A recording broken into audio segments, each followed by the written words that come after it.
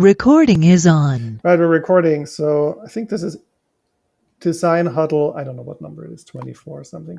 But this is the idea for this one was that we talk about AI and that we have a series of calls about AI and that we first start by just chatting about what we're actually using it for and what we're curious about. So thanks, Eric and Jonathan, for joining. 12 people said they're interested in this call. We'll see if they actually end up showing up. Sometimes happens later. So yeah, should we just kind of go around real quick and just say what we're using AI for to kind of lay the ground? Sounds good. Yeah, Cool. sure. I can go on forever. Should I go first, or do you want to? I can go on first, so you have a break. You were just doing a lot of talking. So I could maybe just share how I've been using it in the last couple hours. So I'm working on, can you all see my Figma here? Yep. Yes. Okay. So I'm working on this Cashew BTC Pay server plugin where the user will be able to set up BTC Pay server to receive Cashew payments. And a lot of this is focusing on how do you communicate to the user what the different ways that they can receive eCash payments are, because it depends on what type of configuration they currently have on their BTC Pay server. Do they have a Lightning node set up, or are they only someone that's using on-chain? That changes how they experience eCash. So a very kind of simple way that I kind of brainstorm is with UI copy. So right now I'm looking at a screen where I try to communicate to the user the different types of modes that they can accept eCash in this kind of configuration page. And in order to get to this kind of what I think is a human readable language that just tells them in kind of plain English, this mode is called auto convert. In this mode, all the eCash you receive, no matter from what mint it comes from, is automatically converted into Bitcoin and deposited into your connected Lightning node. This ensures you always hold Bitcoin, not eCash. So I'm using GPT here, and I'm just like constantly feeding it. I'm explaining kind of what I need help on. So in order to get that copy, I took a screenshot of an old acceptance mode UI here that I had, and I told it to I need more detailed descriptions of these modes. Keep the title and subtitle, and give me a 1 or 2 sentence more detailed description for each one. And then it spit out just some improved copy here. And I'll kind of use this as just a quick way to get some copy, and I'll later go back and review it. And lately, that's for something like this where there's already a pretty established design system. BTC Pacer has its own language and buttons and systems. I don't have to do a lot of kind of redesigning new elements. A lot of it is really just kind of clear communication and copy. So that's how I've been using it with BTC Pay Server. I find it really useful for UI copy. Yeah. How much context do you give it at the beginning? Do you have like a long prompt to just kind of prime it that says like you're the expert copywriter, blah blah blah, and explain the project? No, I should do that. Yeah. I should. Everyone says that that's like how you get much better results, but literally not much. I just gave it a screenshot of a flow, and I said I'm working on a BTC Pay server that lets users use Cashew eCash protocol. Here is a flow diagram. Provide me UI copy for each screen, and then I guess over the course of it, it starts getting more. I start giving it more context. Like I explain like the nuances here of the different modes, whether they have a Lightning node or not. So I guess over time it gets more content, but sometimes what people do is kind of what you're suggesting, is that you give it like a huge context dump at the beginning, explain like this is Cashew, this is BTC Pay server, you're a UI copywriting expert. Let me explicitly explain how these systems work. I need you to understand them deeply. And now going forward, I'm going to ask you questions about UI copy for very specific flows. That's probably a better way to go about it from what I've seen online. Yeah. And one more question: does I know Claude has a memory Does ChatGPT also has a memory? So maybe if you ask it like 5 times in different chats about this particular project, that it might actually know, or from if you've talked about other UX things, that it might actually form some type of model of how you prefer to work and kind of what you're looking for. Does it have that Yeah. It has that. It has like both personalization like in ability? chat memory, Yeah. and yeah, there's like I don't remember exactly where it is on the menu, but like there is a way, yeah, probably under personalization. Yeah, manage memories. Yeah, so there is a way to have these memories here. Oh boy, I don't know what's gonna end up in those memories. Yeah, Eric, you might be doxing yourself a bit here. Oops. But it's nothing crazy. It's just Okay. Bitcoin stuff really. Yeah.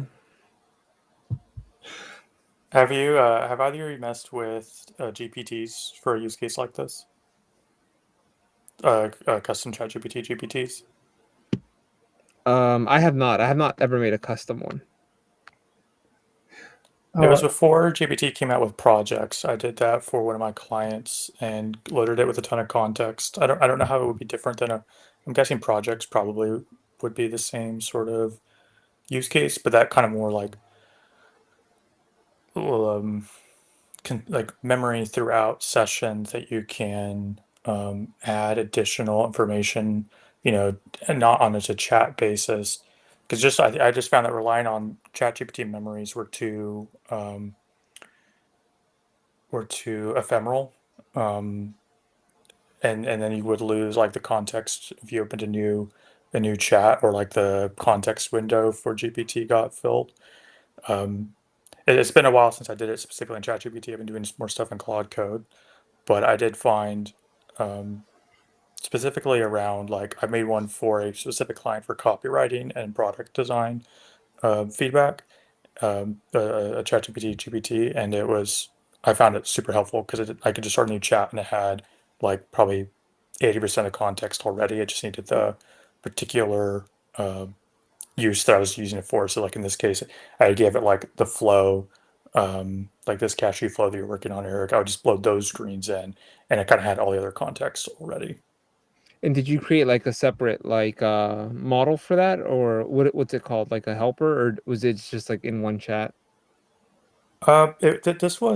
This was in ChatGPT. If you create your own custom GPT, Okay. uh, and then I ended up sharing it with the CEO, and he used it as well. So I like downloaded all the stuff on their public website, any internal docs that were okay. Like we didn't care if they would be consumed in GPT. It's basically everything that was like public. I just put it in this GPT. I think you could probably do it in a project as well. I just haven't tried it. It's been a few months since I did this in ChatGPT, but yeah, loading in all those docs. Again, I tried to find everything I could about the company that was pertinent, as well as like, I think I even loaded in a bunch of our web app screenshots. Hmm. Okay. Yeah. Can you still have that feature where you create your own GPTs? I haven't heard people mention it in a while. I think you can, but it's Okay. it's been a few months since I looked at it. Yeah. it evolves very Yeah. I quickly, mean, doesn't it?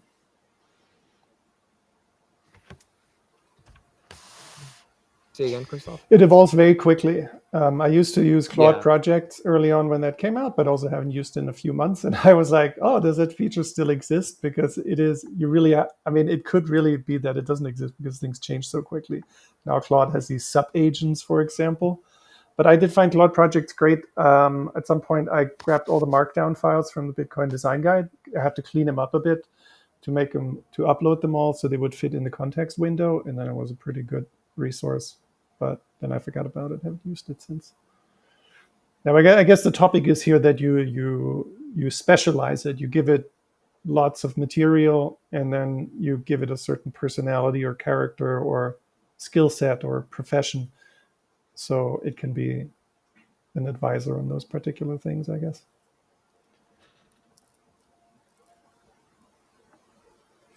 Yeah, I haven't done that recently. Anyone else? Yashraj, Vivek, Kumar?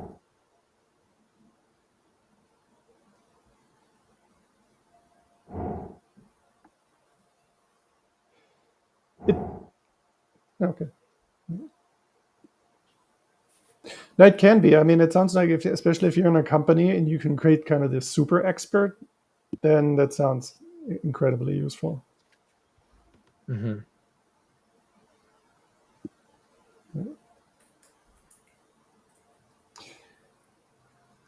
But I feel like surprisingly, even, I mean, for my purposes, even without that, I found it pretty good. Let me pull something up here. Here was, so here I asked Claude, I gave it a whole bunch of screenshots from StashPay, which is Tancred's app, and asked it, I told it it's an expert designer and evaluated based on the Bitcoin design guide and general best practices. And then I gave it the blog post that described this redesign. And then it came up with all this stuff. I actually did a personal review before that, and it was kind of similar. So it kind of validated a bunch of stuff. Then I also asked it to come up with a roadmap, which it is what it is. But I shared both with Tancred. He found it pretty useful. I asked him if like, sorry. How confident are you that it was actually referencing the design guide? Did you look at it and see specific examples, or you're convinced, okay, yeah, it really understood the Bitcoin design guide? I'm not really convinced that it did. I think I would have to do research mode. Claude has this research mode where it really tries to go away for 10 minutes and do all kinds of stuff and find. If I do this on other things, it'll find like 400 references and link those everywhere. And then it really creates very thorough reports. But yeah, this was not. I don't think it. Yeah, I'm not sure. I'm not sure actually. It doesn't say like, this should be this way because page so and so on the Bitcoin design guide says this. It didn't do that. But I mean, just generally, I found it to be pretty accurate.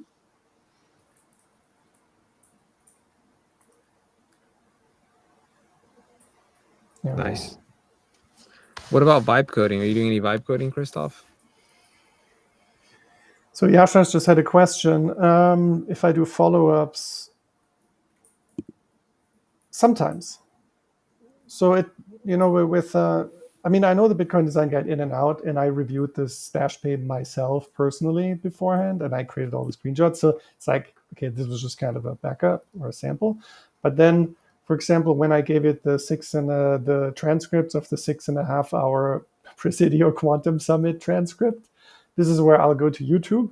YouTube has transcripts, which are in the sidebar. I'll copy all the text, put it in a text file, and then ask it to summarize, because I don't want to sit around for 6 hours and watch all the videos.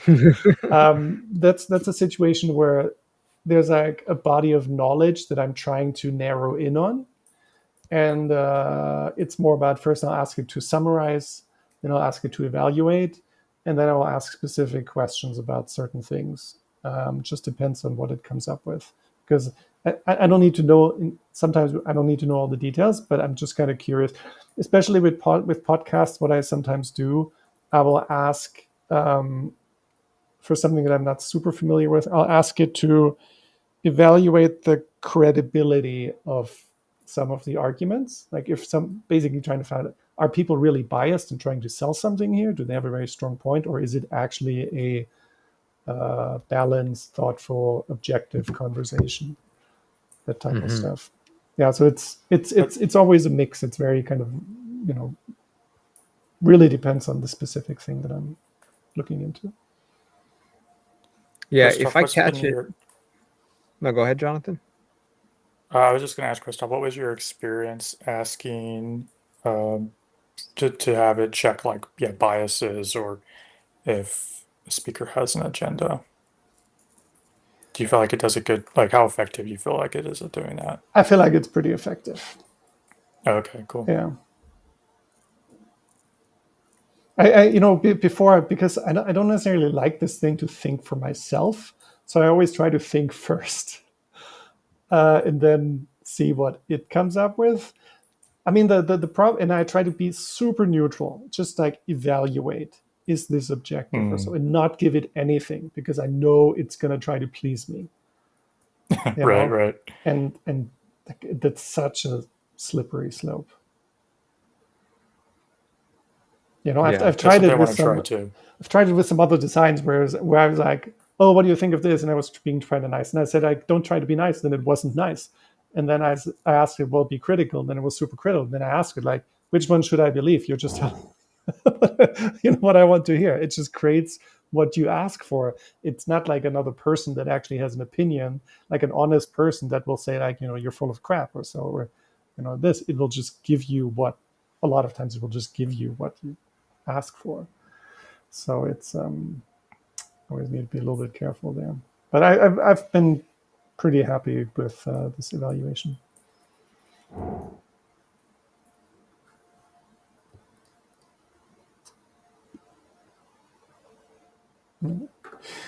And outside of that, I'll just dig into something here. Still, image generation, absolutely love it. Used it for the Bitcoin design website, the 5-year-old celebration here. Used it for this image down here as well. Used it for the Presidio Design Week for these graphics here. These big textural things. It's just these big Yeah, it's three getting images better and here. better. That's super awesome. And here's my. I generate a ton of stuff. There's never a one-shotting. It's always just tons and tons and tons of images here. Yeah, but I love that. I think that's my favorite tool, and it's so good too. I don't know if you guys have tried it. You can, like you can select certain image of parts of an image, just say, re-render that one, or upscale it, create variations. You can do videos now too. Super cool. I think what I appreciate about the image generation is that it has these very particular image specific tools. You can, when you create something, I can just say, okay, let me just go to explore. Let's say I like this thing here. I'm going to look at the prompt. I want to use that prompt. And it has style references. It has image prompts. It has omni references. You can include the strength. So you can say, well, I like the style of this image, or I want this character to be consistent or something. So the chat-based things, they don't have that, right? It's always just text. I can't just say, I don't know, just give it, or, Midjourney has mood boards. It has profiles. You can do these different types of personalization. And I feel like with the text-based stuff, they don't really have that, these kind of very customized tools. I'd love to see more of that. I don't know what it would be, but it just feels like the image stuff they have really built some very unique tools. Do you guys use a great lot of images? I haven't in a while. I did a couple months ago, and I was really, really impressed by Midjourney. So I assume it's only gotten a lot better. I was using it a ton when it was on Discord. I don't think I've used it all as a web app, so this is all new to me. So I'm very excited to try it. Yeah, especially stuff like character consistency. You can really just create a kind of a spreadsheet, or it's not a character sheet, of a person in different poses and face expressions, and then you can feed it back to that later and create more images and more outfits and all this other stuff, and it will really be consistent. That was something that was missing early on. That's gotten super good. Yeah, it's such a. Chris, so have you used the video feature for Midjourney yet? I tried it a couple times, but not really deeply. I would like to do more. I just haven't had the time yet. I participated with my son in the Runway video hackathon, where for 48 hours we got 100,000 credits and we just went at it. And that was really fun. So Runway is really awesome too. And they're having another hackathon in a couple weeks. If you want to bang your head against those tools, it's super fun. I was right before this call. I was literally on VO3 doing some tests, so that's the only video one I've used with some regularity. Yeah, it's kind of expensive still. Those professional tools. Yeah, for sure. Yeah. So Eric, you just asked about vibe coding. I know that's something that you like. You've created whole websites just vibing them together. Yeah, I have a couple times. I'm curious, have you done any of the code? Because you actually come from, I think, more of a coding background. Before vibe coding, you were shipping websites by hand. I still am. I mean, this website is basically hand coded, but I mean, Mm-hmm. hand coded is relative because if you're using Visual Studio Code, even if let's say sometimes I'll just write like a little comment that says filter this by that or add this or that, and then it'll just does like a 20-line autocomplete, and I just press tab and accept it. So it's Mm-hmm. I I haven't really had I don't really have interest in this in the tools like Levelburst, or where it's just trying to one shot everything, and I think they produce Mm-hmm. really horrendous code. But because I have a more of a decades of development experience, um, I think Claude Code, Visual Studio Code, that type of stuff, I prefer that because I kind of know what I want already and kind of what I'm looking for, and I just like having very clean, proper setups in the end as well. Yeah, So same. yeah, I haven't. I've used Lovable once to just generate a website, and it was fine for a super simple website. But like for the projects that I'm working on, like a cashew wallet and BitChat using CDK, like I don't think that could be one shotted. You have to be very careful about each component that you're vibing and testing it and stuff. yeah, and then for existing projects, the AI really needs to understand the whole repository, which I heard Windsurf Mm-hmm. does pretty well. Claude Code is probably pretty good at it too. I tried Claude Code for something earlier this week. Just let it run in the background. It's like, oh, create like a web-based thing, wrap it in Electron, and I want to have like image generation on my Mac. So just figure out, convert models, and it was just terrible. It just didn't work at all. Total mess. And it was try, and it was like, oh, it doesn't work. Error. And it was like, oh yeah, I'm gonna try it. This is gonna be fine now. Error. And it's like, oh yeah, now it should be fine like 10 times in a row. Um, it's just kind of not very credible that it actually knows what it's doing. It's super Mm. impressive to see it like rattle and just do its thing, right? How are the others with vibe coding? They're pretty good. I mean, I use like Claude Sonnet 4.1, and that one you can authorize it to execute terminal commands. So as it's Yeah. running the code, it'll like compile it and build it. And if it detects an error, it'll create a loop where it tries to keep fixing its own errors until it compiles successfully. Mm-hmm. And it can even do that across different files. So like that's to me that's pretty impressive. Yeah. That reminds me here for this map here, I had to. Ooh, that seems kind of squishy here. Need to fix that. The I had to do some data conversion with all this stuff. And Visual Studio, GitHub Copilot agent or whatever it's called, it also created its own Python scripts to sort the data and reformat it, and then it executed it, and then it just cleaned up its own mess afterwards. I thought that was pretty impressive, where it just kind of goes through Mm-hmm. all these different steps and writes its own scripts. Yeah, same. I love watching it do that too. It feels like magic, Totally seeing does. it Yeah. think and stuff. Yeah.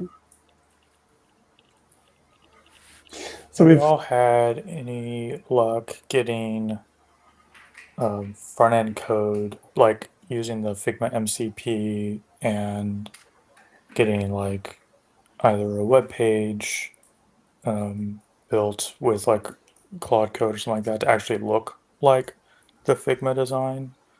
I know that's one thing a lot of designers have had issues with, and I haven't had a chance to dig into it much yet, but I'm curious if anybody's experimented with that. Yeah, I have. And I actually wrote a blog post about it. If you're interested, I can link you to it. But yeah, I have. And what I found is that the only way that it really worked well was taking it component by component. So having it create an individual component for something that is very small. Like this is a transaction field, and then you just create that component in Figma, and then you have it code that component. But creating like a whole like Like if you were to do like something like this with Figma MCP, Yeah. I don't think it'd do a very good job of it. But if you just did like that payment from Alex for freelancing transaction line, it'll probably do it like 75% of the way there. But I still had to adjust the paddings and stuff like that Mm. manually. Yeah, I tried it with this just to be obnoxious and just kind of say I give it something really intense that's just way over the top. And yeah, it just didn't like it. It doesn't. The fonts were off, the spacing was off, the icons were off, the background image was off. Yeah. So it was so much off or just not considered or simplified that I thought like it's just Yeah.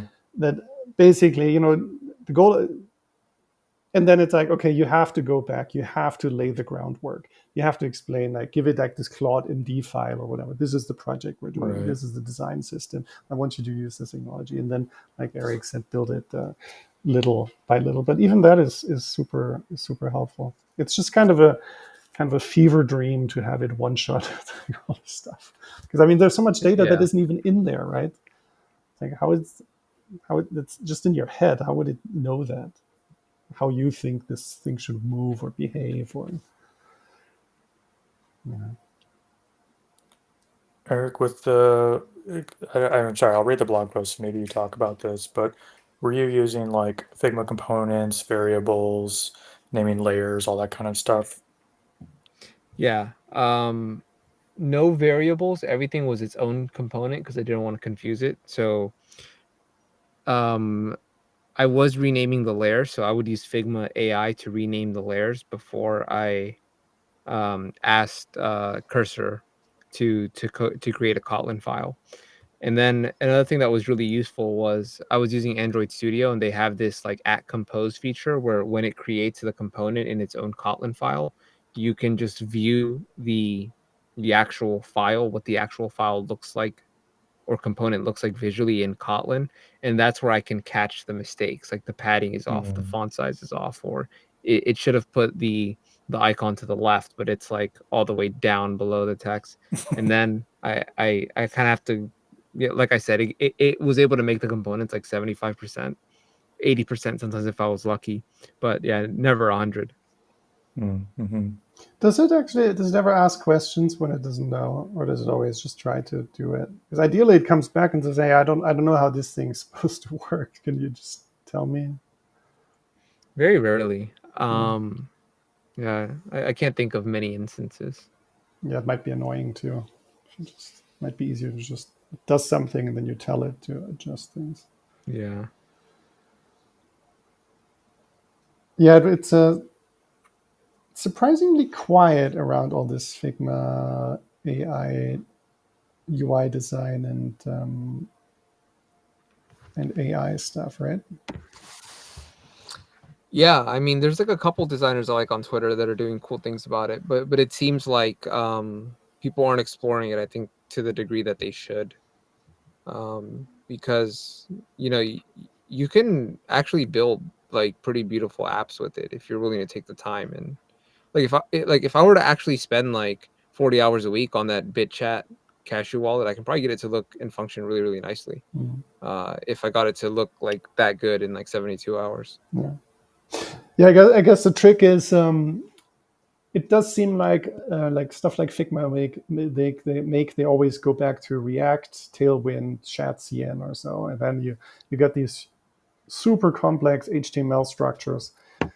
So is it best to start like with this thing and then just kind of refine and refine and refine, or is it better to start with a very clean, simple foundation and then just build on top little by little, where you first say, okay, I want to have a series of screens. These are all the screens that I want. Then you just kind of set up the screens, make sure you can navigate between each of them. And you say, okay, let's focus on this one screen. Here, I want this title at the top. And this is a pattern that repeats.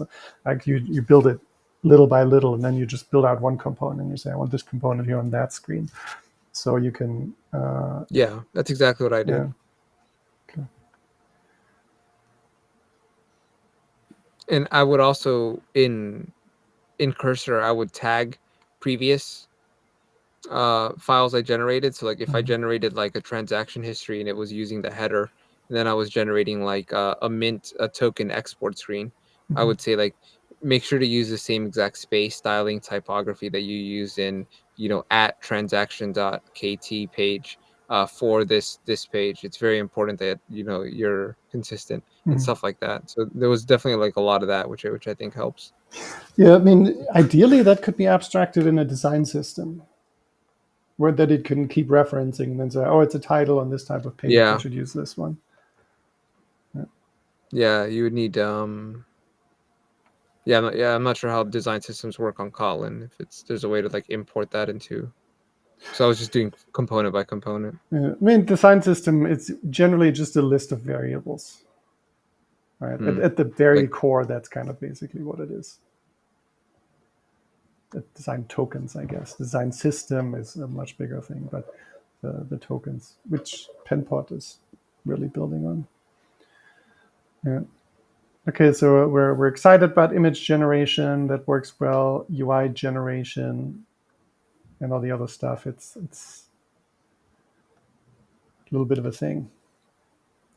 It's not the thing that everyone hoped it would be. It's good for prototyping, I guess, and small stuff, but not primetime ready. What else do we have going on with AI? Anyone have any weird, unusual uses for it? I don't know if consider this weird or unusual, but I really got into Obsidian recently as like kind of a local, private knowledge base slash, note-taking app or whatever. And they have their own plugin system. And Christoph, like you, I want like transcripts and summaries and stuff I'm using mostly YouTube videos.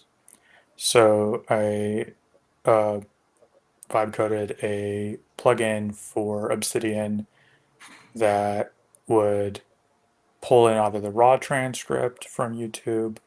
If it didn't have, it could like reformat it using an LLM, and then it could write summaries as well. And then create it's like a little preview player, uses an iframe in the app.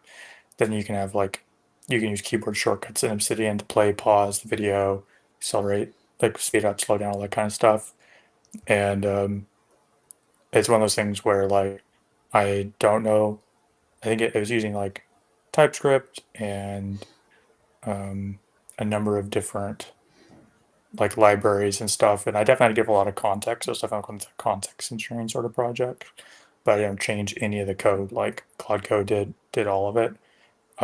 Definitely took a very non-linear path on creating it, but it was really cool to create, kind of like a little tiny piece of software to kind of augment, the experience of another tool. So yeah, I just found it super empowering as a moderate technical person, but not somebody understands any tools I was actually using, or the particular libraries or whatever, and actually have it perform and create something that is at this point pretty reliable. And you can use local LLMs, you can use OpenRouter, any OpenAI API compatible provider. Yeah, I think for plugins and stuff like that, it's really perfect, right? Like a Chrome extension or something very specific that lives in kind of a well-defined environment already. You just need an additional bit of functionality. Let's see. We had some comments here. We had Gamma app, which creates presentations. AI I think I've heard of this. partner. Okay, not just presentations, but also social media posts and other things.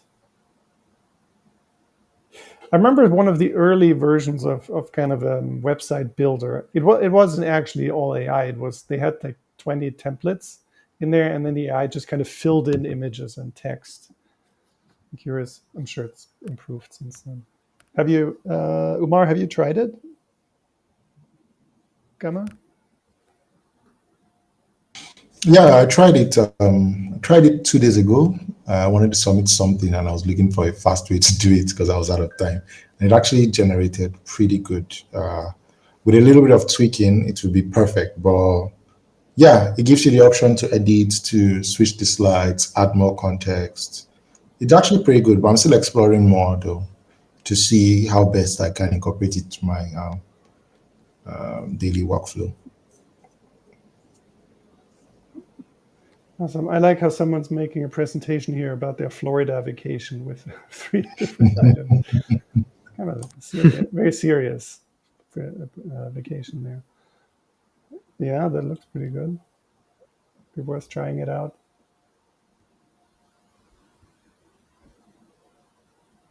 Very cool. And then we had Genie 3. Vivek mentioned that one. Yeah, that's an interesting one where I saw an earlier one of that one. It basically, it's like a fake 3D world. And I remember there was an early one in Minecraft where you could walk around, but it had no consistency. So if you turned around, the world was completely different. If you entered the inventory, went out, like whatever was behind the screen was totally different. If you, as you walked, the world completely changed in front of you. It was kind of hilarious. People, yeah, exactly, like a weird dream. People actually had little competitions. There was like, okay, we're gonna try to find a chest and open it. And if you achieve it, like, because everything just kept changing all the time, right? The people had fun with it, but it sounds like this has gotten a lot better. So it's so interesting that there's like a way to have 3D models without a 3D engine. It just creates images right there. It's fascinating. I don't think you can try it actually, right? They have these videos, but do you know anyone know if you can actually try these? I don't think No. so. At the bottom, it says they're still figuring out implications and developing for benefit of humanity, safety, and responsibility.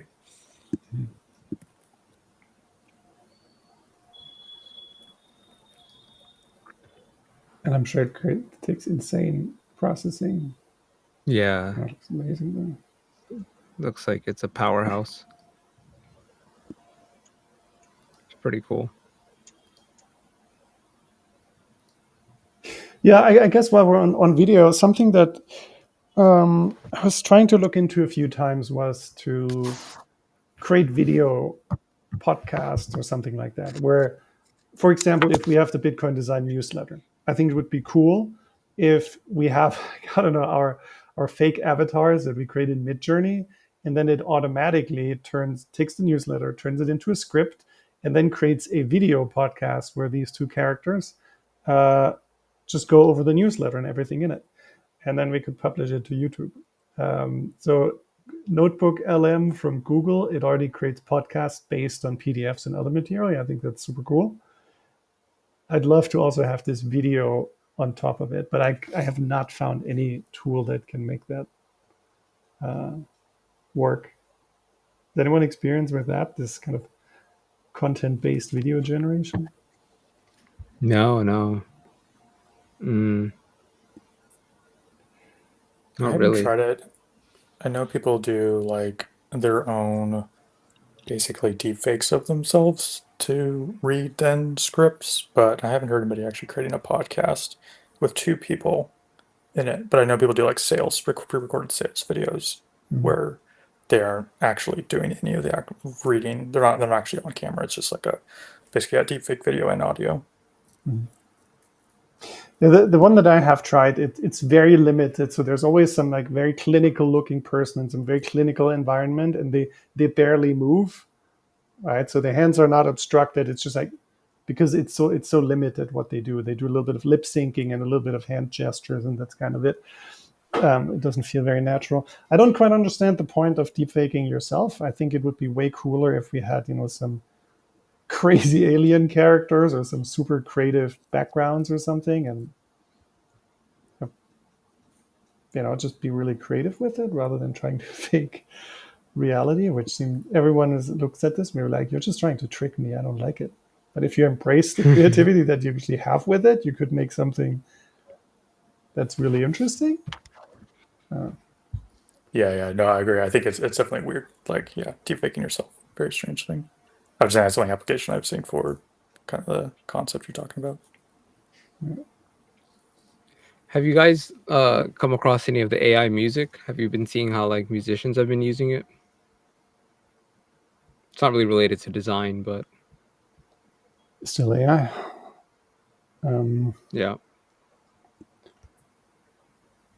for Easter, I went to visit my family and we had Easter egg hunt because we have some kids, and I created a soundtrack that included about the Easter egg hunt that included, the house, and we were there at my grandma's house and the kids' names and everyone. That was fun. It was a German folk song that was very, very personalized. Otherwise, I've tried here and there just to create something, and it's just never great. But I haven't really, gone deep into it. I don't know. Are people using it? I'm sure professionals. It's probably similar to the vibe coding, right? That's basically me trying to one shot a great song. But as designers, we go in and we build stuff from the ground. So I'm sure professional musicians, they also don't try to one shot it, but they take elements, they work with the tools in a more sophisticated way. Yeah, so most of the time, like it's kind of like what you described, where it's just like very kind of generic and kind of soulless when it's like trying to be one-shotted. I did come across just a very talented producer who used the AI in a very interesting way, where he had it do the voices. So he's like an electronic producer, and so he composed all the music, with his own skill and his own talent, and the music itself is really good. And he took these poems from what he claims to be a friend of his, who's a poet who writes these words, and then he used like an AI voice generator to say the words. Then he put those words over his electronic beats, and I think the album is absolutely incredible. And like it even captures a lot of like emotion in the way that like the person speaks. And I it was so convincing to me that I didn't even realize it was like an AI voice generator. I actually thought it was like a real person speaking the poem over it. It was really cool. Yeah, that does sound super cool. Yeah, that's sophisticated use of this stuff. It's like, I'm not an illustrator, but otherwise I can design stuff I can illustrate. So this gives me like, with this illustration up here, it gives me like this one extra power that I don't really have. And I'm sure if there's a good musician, but they can't do one thing, like they don't have people who do vocals for them or something, like they can fill in that one gap. Right. Yeah. Super cool.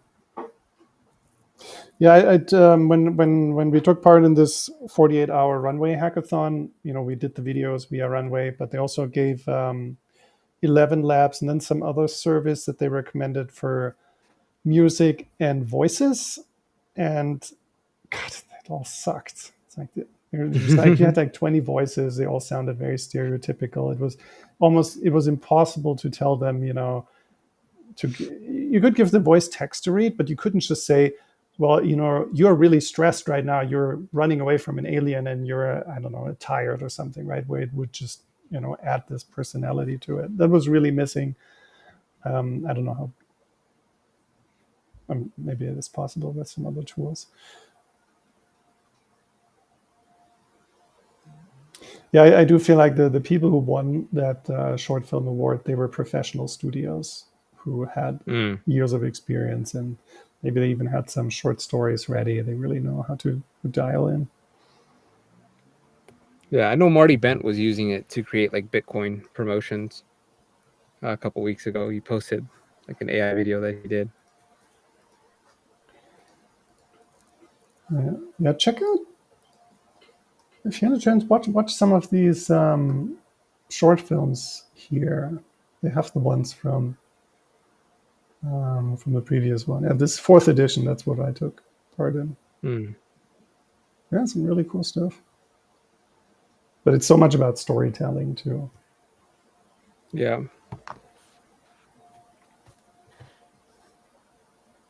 Man, there's like amazing new worlds here of creativity. It's super cool.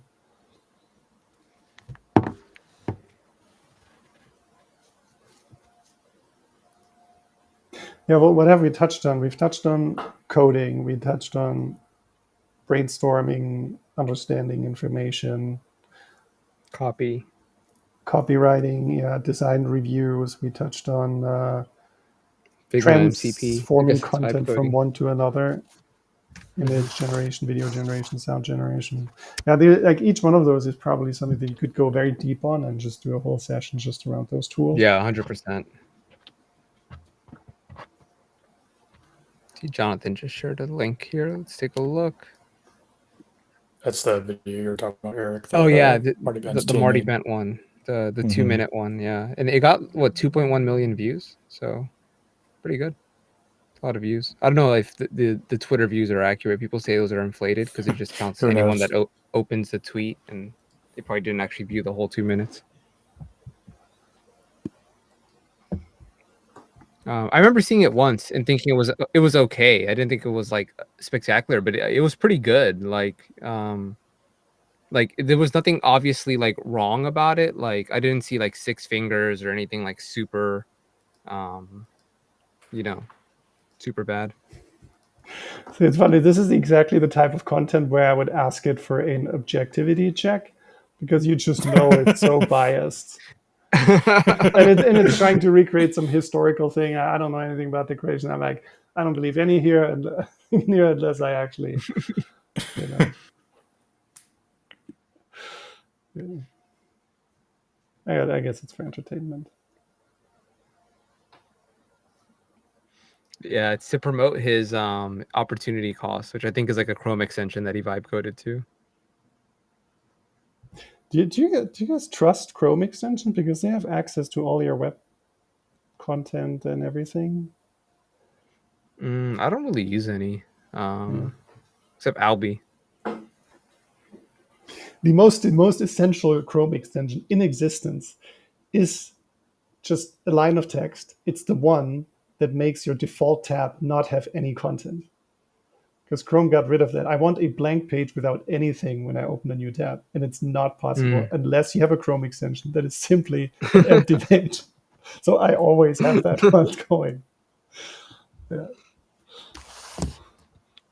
It's the most essential one. Kind of hilarious.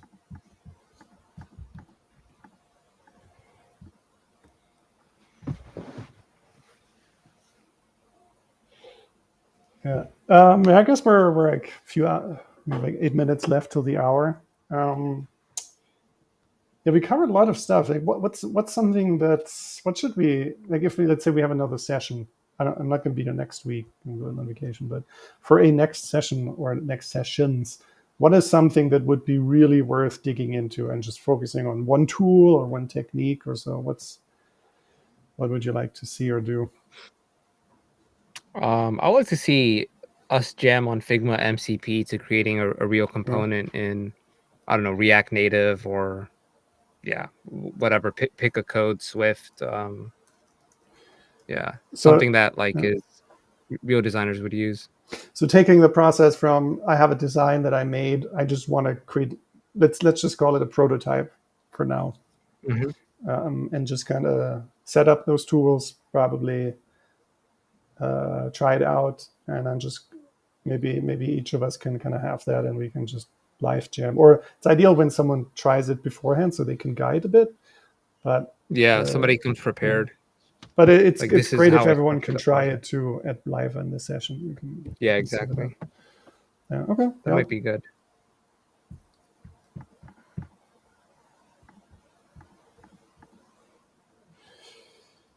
Yeah. Do the others have anything that they would really like to try?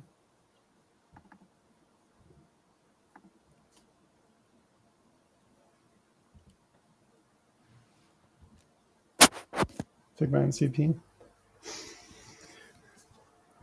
All right. Figma MCP. We can do that one. The next. That's the winner.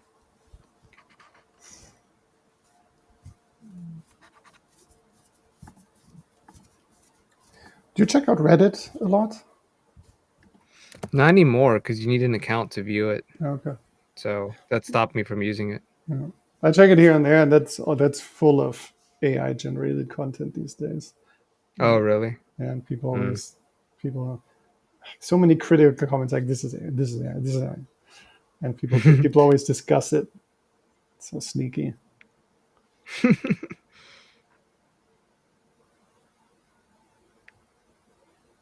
Yeah. Okay, cool. We can wrap it up too. Unless you guys want to throw something else out. We're gonna go watch a basketball game here. Nice. In live or on TV? Life. I haven't gone for years. There's like a basketball event here where there are 4 games today and tomorrow. It's Germany, Serbia, Czech Republic, and Turkey. So it's like Oh, it's like a mini tournament. mini tournament. Yeah. Wow, how cool! I've not gone for years. Super cool. Let's go. I'm rooting for Germany. Thanks. Cool. So all of you have a good weekend. I'm gonna stop the recording. We can just take it on offline in the AI channel or anywhere else. Thanks for joining. Sounds good. Yep. See you guys. See you guys online.